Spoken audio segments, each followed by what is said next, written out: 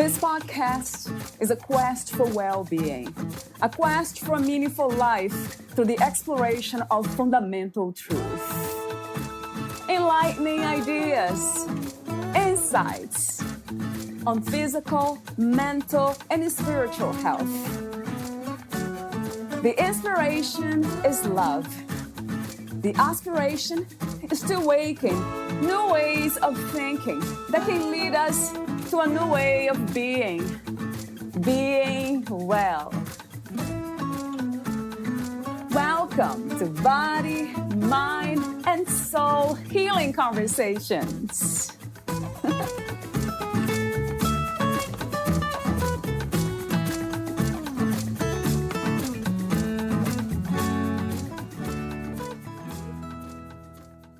Sandra Wallace shares her personal story about what it was like to live with OCD and not having the ability to put a name to it. As a result, not being able to reach out and receive the appropriate professional help. The appropriate professional help is so key in order to be able to start the process of recovery. Sandra wants her story to become our story. By sharing her story, she allows others to come forward with theirs. It all starts with having the faith that life can and will be different with time. As a coach, Sandra instills belief in others long enough till they can believe in themselves. The first step, literally, is being able to confront our fears gradually and over time allow the fear to lessen. Often, we live decades in isolation because we don't know how to start the process of reaching out, nor do we feel anyone could relate to our thoughts and behavior. Well, you do. Valeria Teles interviews Sandra Wallace, an OCD coach, registered psychiatric nurse, and speaker. Sandra has 28 years of experience working with OCD, both on a professional and personal level. For 14 years, she attended training in the United States annually to learn about OCD and the recent changes and challenges in the OCD world. She is passionate about helping others overcome their OCD, and her most exciting part of work is helping to coach others to achieve results so they can live a life that matters. Her main focus is to get people from fear to freedom. For she describes fear as often being false evidence appearing real. Meet Sandra at theocdcoach.com. Here is the interview with Sandra Wallace.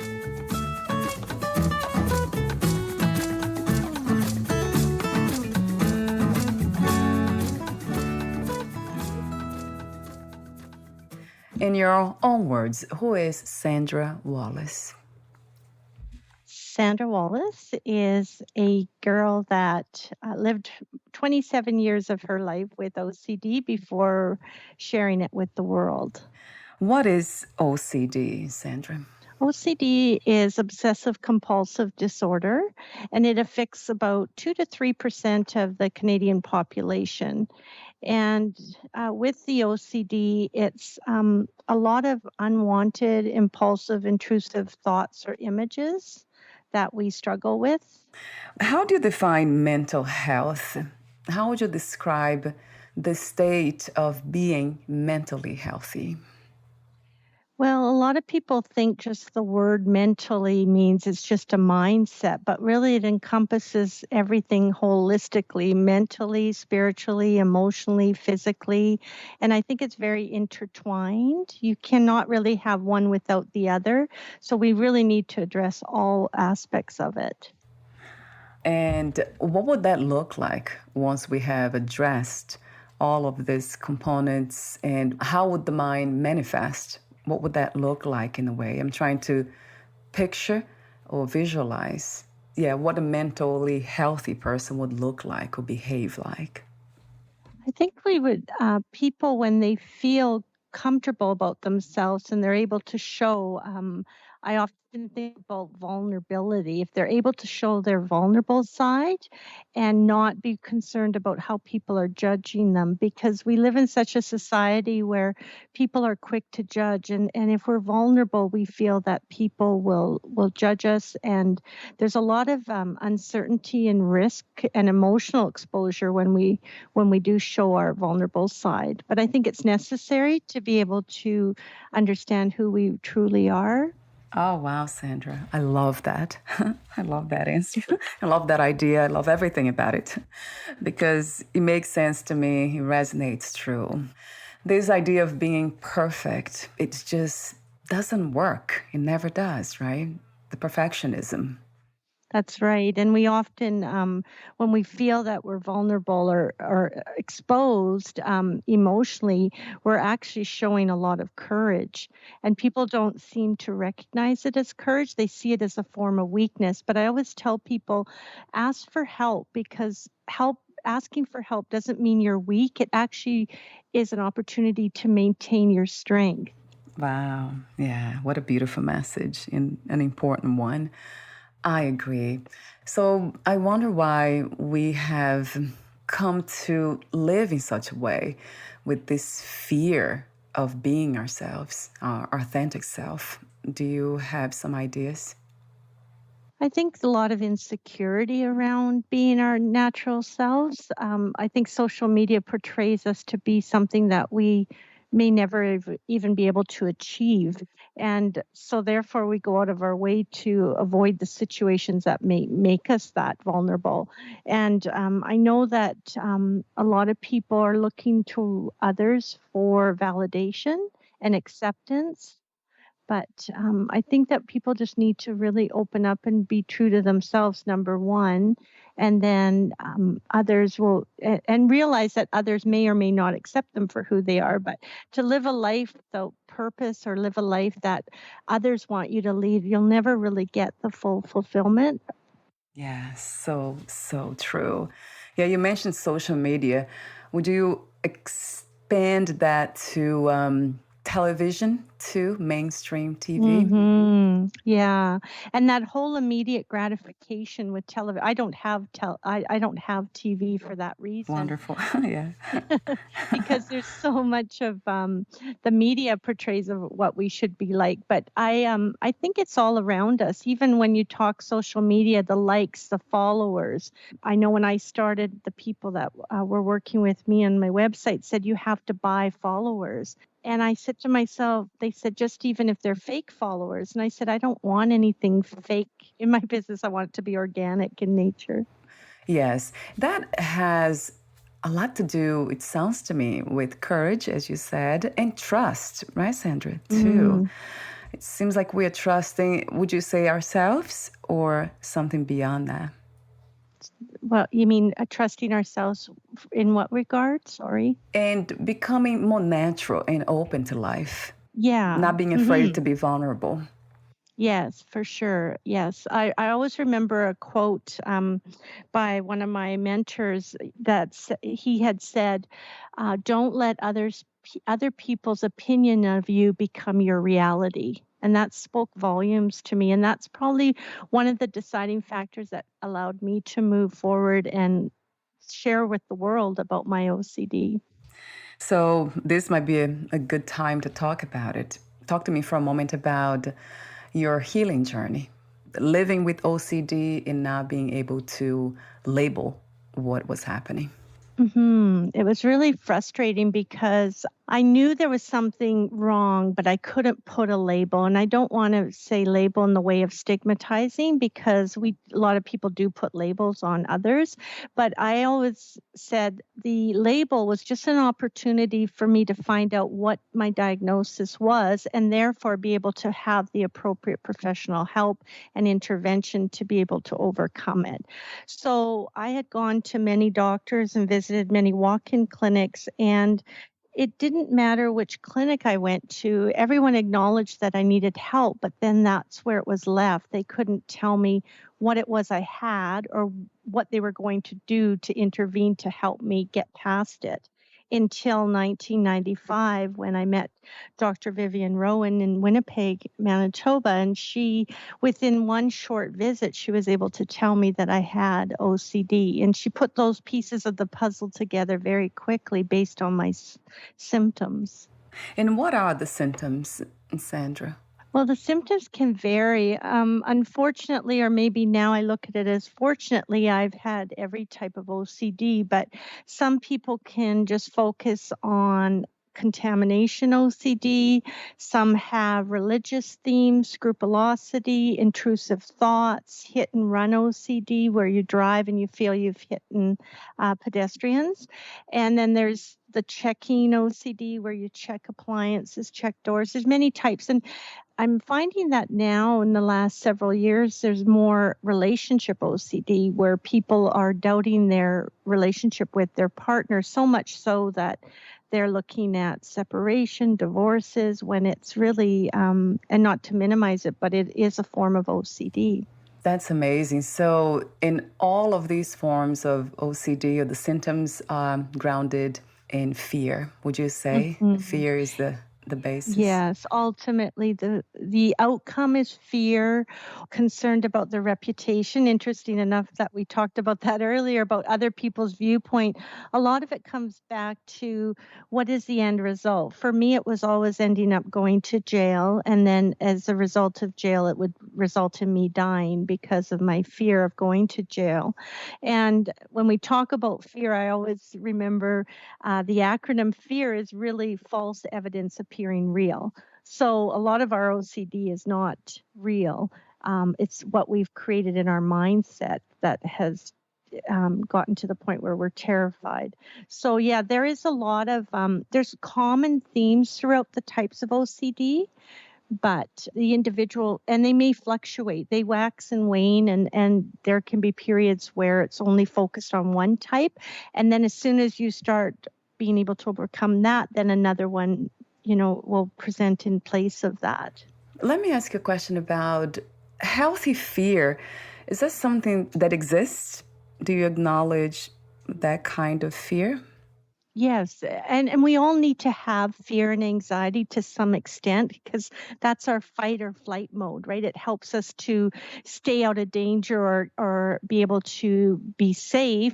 But what's different about that type of anxiety versus what we live with, living with OCD, is once that situation is resolved in the normal fight or flight state, our body goes back to that relaxation. There's a parasympathetic and sympathetic nervous system, and after the anxiety or the event has resolved itself, our bodies are able to go back to a natural state. But with living with OCD, we never tend to get to that place. There's always that hypervigilance and that fear of what's going to take place next. Wow. So it becomes a way of living, right? Wow. Yes. That also makes me think about trauma. Is there a relationship between OCD and early childhood traumas? Yes, there is. Yeah, a lot of times we can look back and be able to find the triggers that cause them. Absolutely. What do you think or feel is the purpose of the human experience? I look at it like the dash. Like everybody's here for a purpose, and it's a matter of finding out what your purpose is. And I learned since 95 up to this point that my purpose was to go out there and speak to people and help others living with OCD. And I often say to myself, what am I going to do in my dash? Because when we pass on, there's your birth date, and then there's the dash, and then when you leave this universe. So what is it that I've done in my dash? And I think that everyone does have a purpose. It's just a matter of bringing it out and finding it from within. It sounds very spiritual the way you speak when it comes to purpose. Do you have any spiritual belief systems or practices? I grew up as a Roman Catholic, so I do have a lot of spiritual beliefs. I've always believed in the power of prayer and the belief in faith, even though there was things that we couldn't see or a lot of uncertainty growing up. I grew up in a family that was very unstable a lot of the time, and I think that's where my OCD stemmed from as a young girl because I didn't have any control over my environment. So in my mind, I had to create some form of control and safety. But I am very spiritual, and I've always believed in angels and different signs. As your mine is feathers. When I'm nervous or anxious, I find a lot of feathers or eagles fly over. So I know those are my angels watching over me. Yeah, I have a question for you about healing. What are the signs when we have healed ourselves from whatever it is, like in this case, OCD? So, what are the clear signs that show that healing is taking place? Well, for me, I think the healing, I was able to follow through with having the obsessions present without feeling compelled to do a ritual, a compulsion to alleviate the anxiety. So I learned that I was able to sit in in the anxiety long enough to know otherwise. And I wasn't responding with my immediate responses I did for years. So, for example, with washing, if I felt like my hands were dirty, instead of going and bathing in Javix or using Mr. Clean to wash my hands, I was able to just wash it with natural soap, or even better yet, refrain from doing any of the compulsions and not wash at all. And I think that's been really tricky with COVID over the last 2 years, because as much as I know we have to wash, I make it a point not to do the washing to the extent, because I know that I can cycle back to my old ways very quickly. So I have to be mindful at all times that I don't want to go back there. So, in a way, healing, it's not a destination, right? It's this ongoing process or Yes, journey. absolutely. And it's not like you arrive, you're always mindful of it, and knowing that you have to take I look at it every day, like I have opportunities every day to practice the new way of thinking and the new way of being, whereas at one time there was no options. It was always to do a compulsion. So, healing has to do with becoming mindful and aware of our own behaviors and what's happening. So, there's a lot of self awareness happening, being in the moment, present. It's interesting how I have heard this, of course, many times, and I have read and I do the work myself. But it's very refreshing to talk about it, even. It's a beautiful Yeah. reminder. Yeah, and I think about grounding too, being grounded in the moment, because we really just have the moment. We don't yesterday is gone and tomorrow is not here, and if I can think that way every day, I actually do more of that since I've working with people with trauma, because there's a lot of triggers that can come up unexpectedly, and just being able to be present in the moment is very, I feel, very helpful. Yes, yeah, 1,000 times to that. Being present with what is present, being here, connected to the breath. I love this. It sounds like a practice, and it is a practice. And I try to kind of think about this as a way of living, like this natural, organic way of moving through life. It seems like it's a practice, right? We have to be always reminded of these things, and yeah, we have to Yes, practice. That's interesting. So, yes. what does freedom look like? What is freedom? What is to be free? Freedom is just, for me, it's having choices and not feeling like I'm at the mercy of my obsessions. So having the choice to allow them to come and go. A lot of imaginary things that I will do, like just look at it like thoughts and let them come and let them pass and keep going.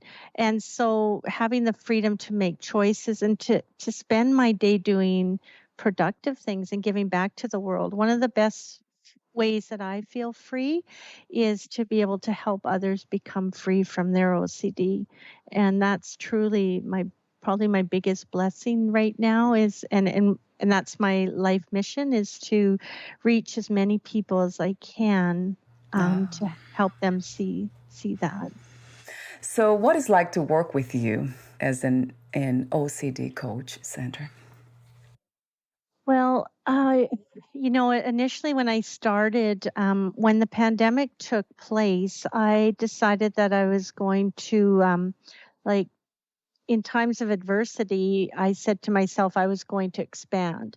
So I started doing the virtual one-to-one sessions. And when people first came to me and they would tell me they've seen one or two or maybe three psychiatrists or other counselors, I immediately thought, oh, my job's going to be so easy. But in actual fact, I have had so many complex cases because there's not enough people like myself that are trained in this field. And if you don't know what the questions to ask, you likely aren't going to get the answers. So it's a matter of building that therapeutic rapport with people and that trust, so that we can get in and find out exactly what their thought process is. So working with me, I'm always very open and transparent about that. And I always take the time, 2 to 3 sessions, to get a really good snapshot of what's going on in a person's life. And then from there, we can create a tailor-made specific program for them that I could coach them to start working through their OCD. And it's a gradual process. Some like to do the accelerated program. I have a express recovery program, which is 5 weeks. But I have everybody on the continuum from just getting started. So I wouldn't recommend that program, to people who have had some training a little bit and want to make the changes quickly because they're so tired of living in this life that is so debilitating.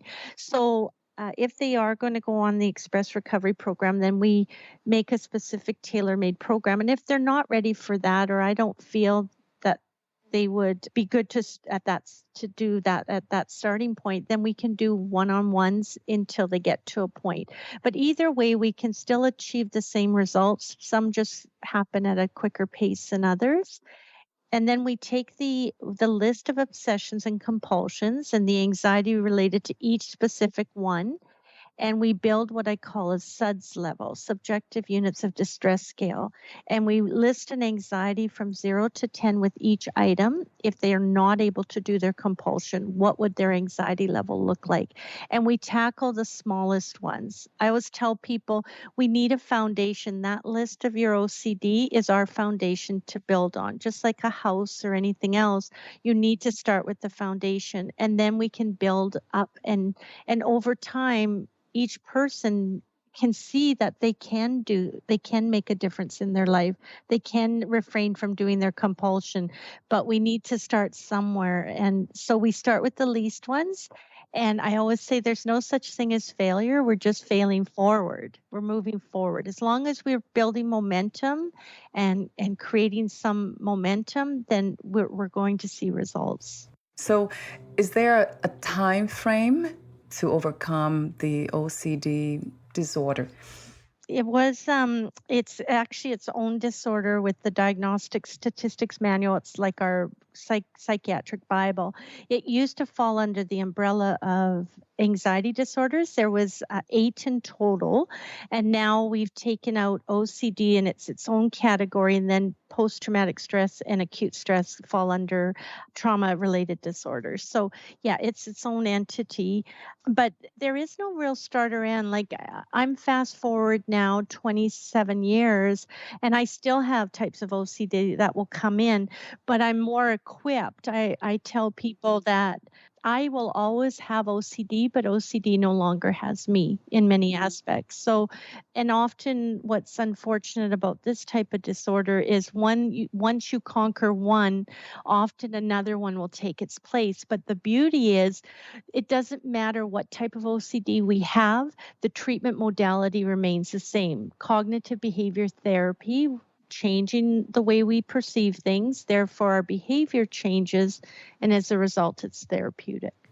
So it goes back to what you talked earlier about just knowing how to becoming more self-aware, knowing how to deal with what we have. And it's having the tools, as you said, more options. I love that concept because it's really true. Like, although I really don't like the idea of practicing to get rid of something, but yeah, it's part of life. And it does take work. I tell people, it will take work, but just like anything else in life, if you take the easy way out, life gets harder. But if you take the hard way out, eventually life does get easier. Thank you so much, Sandra, for what you do and how you do it. You are also a psychiatric nurse. So let me ask you a quick question. What inspired you to become a psychiatric nurse? Well, I was a dental assistant for 8 years after graduation, and then I decided that I wanted to go back and do nursing. But I was really interested and focused on the psychiatric aspect of nursing. So that's what encouraged me to go become a registered psychiatric nurse at the age of 25. I went back. Yeah, and then I worked. I love in the 27 years I've been doing nursing. I just absolutely love the patients. They have taught me so much about literally about patience and unconditional love and acceptance. Like, it's been wonderful, but I'm at a point in my life right now where I'm looking at giving up my license because I can only practice in 3 of my provinces in the country, and I'm getting calls from all over the world. Like, I've gotten calls from Iran, Iraq, the States, to work with people. So I'm just at the point where I think I may just open up the doors more to worldwide. Yes, that also resonates, expanding, right? The services, your way of serving humanity. I love that. Not just locally, but worldwide. Yeah, and then because it's really one of the most difficult things is to not be able to help anybody that comes my way. So I'm just in the process of developing some courses, some additional courses, so that people have the education opportunities as well. You mentioned unconditional love. I often write and talk about unconditional self love. How do you see that? Is that another practice or somehow a realization that this is being in the human body is a miracle, being alive, it's extraordinary experience. Yeah, how do you see unconditional self love, Sandra?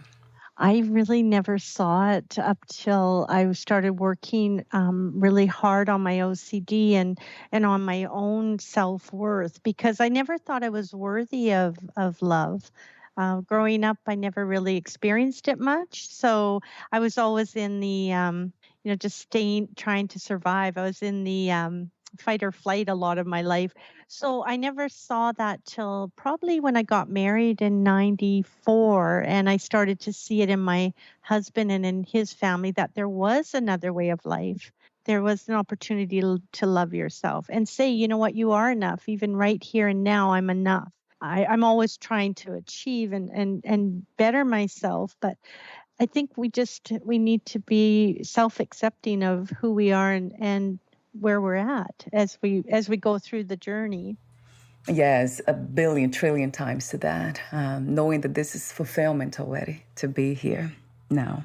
I even don't use the word enough because it doesn't seem to kind of embrace what unconditional love really is. It's just fulfillment. It's a miracle. It's the most amazing thing, unimaginable, the impossible, really, to be here from my perspective. But it kind of saddens me that most people don't realize that. You don't understand that. It all takes so long, right, Sandra, for us to understand that. Yes, and a lot of times people are always trying to achieve more, and they miss out on the opportunities that are right here and present in the moment. That's why I say with my patients, I learned so much from them. I have the ending questions. Before I ask them to you, would you like to add anything else that we didn't discuss? I'm just my whole mission is that I hope that more people will come forward and acknowledge that they need the help, and not worry about being judged. That's another big word I hear a lot when people come to me. Initially, they say, "I hope you don't judge me." And they learn quickly on. They only say that for 1 to 2 sessions, and then it's Yeah. wide open because we've got that trust and that connection. And I love that because I've never had that in my life. I didn't realize what I was capable of. I didn't realize I can impact other people's life the way I am doing, because a lot of times clients will come to me and they'll say, even after one session with you, you've changed my whole life. And I'm like, how could I do that? But through the grace of God, I always believe the Holy Spirit moves through me and with me. So that's another big part of my life. What do you love most about being in a human body? I love that. I'm just thinking, like what I said earlier, that I love being able to wake up in the morning and have another day to be able to make an impact for someone else. And we don't ever have to really look that far to realize that we are blessed and we have so much to be grateful for. And I think if you're just focused on that, that's my biggest gift right now, especially with everything going on in the world. I'm just grateful to be here and have another day to hopefully make a difference in someone else's life. It goes back to that message, right, of the miracle of being alive. So, what was the hardest lesson to learn about yourself in life as of today? My hardest lesson is I wish I would have had the belief in myself years ago to do what I'm doing now. I allowed my fear and my doubt and my self-talk, which was very negative, to get in the way of just getting out there and sharing my story with the world because I worried so much about what others thought. And the reality is most people aren't thinking about you. 80% don't care and 20 are just glad it's happening to you and not them. True. So so I That's don't so know true. why I let and to allow the people that they don't even I learned too that you know what people have to earn your respect in some realms and that people have to they have to earn your respect but also the people that are making the impact in your life are people that aren't even they're not a priority like they shouldn't have any influence in your life a lot of times yet you allow those people that are really don't have any contribution to you or to your life make it very difficult to allow you to make choices. I don't know if that makes sense, but you worry about the naysayers in the group, and yet you can have a lot of people that are on your side and cheerleaders and people cheering you on and grateful for you. But if there's that one person in the crowd that's a critic, that's where my focus was. And that's not where it should be. It should be on the people that surround yourself with the people that love you and care about you. Having that expanded vision, just seeing more than what we tend to focus on through the lens of our traumas and conditions. Yeah, that's true. And I always think now that I've been in the field a few years, I say to myself, you know, we need the critics. We need to have the critics to know that we're doing something great. Because if we don't have critics, then we're not going to set ourselves apart from the others. And not to say like, look at me, just to say that, you know, in order to make some changes in life, you have to make some changes. And they're not always comfortable ones.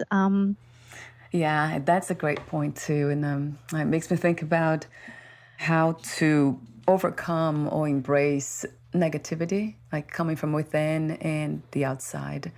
But not even negative, not seeing them as negative, but an opportunity to grow, to see clearly, to improve.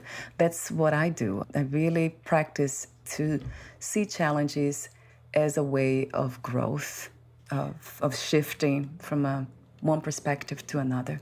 Yes, and that's probably one of the biggest barriers we have with OCD is what I call thought action fusion. As soon as we have a negative thought, it it in our mindset we associate it as being a bad person. So that thought action, if you picture two magnets coming together, the closer you have the thought and the action as one, the harder it is to separate those. So what I teach people to do is with those two magnetic forces is expand the gap farther and farther from each other long enough that they don't have any correlation with each other. But that takes time because we need to challenge our faulty beliefs. So, my last question is, what is another word for healing? Another word for healing, I kind of look at it like becoming. Because as you're healing, you're becoming, you're making some transformations in your life. Even transformation could be healing in it in some aspects of it. So maybe those two combined stand out for me. So, thank you so much. Now we are at the end of the interview. I want to thank you for your presence, for the way you express yourself, for what you do and how you do it, and everything else in between, Sandra. Thank you so much for being you. Thank you. Thank you very much for having me. And before we say goodbye, where can we find more information about you, your services, products, and future projects?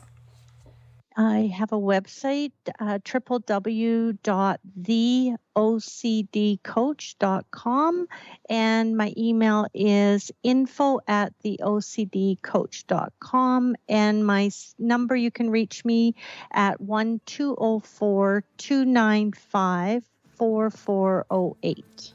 Wonderful. Thank you so much again, and we'll talk soon. Okay, thank you. Bye for now, Sandra. Bye-bye. Bye.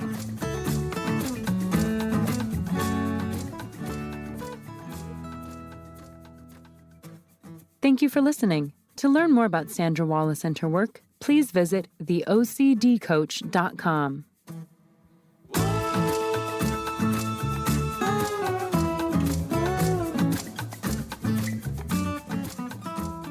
To learn more about this podcast, please visit fitforjoy.org/podcast.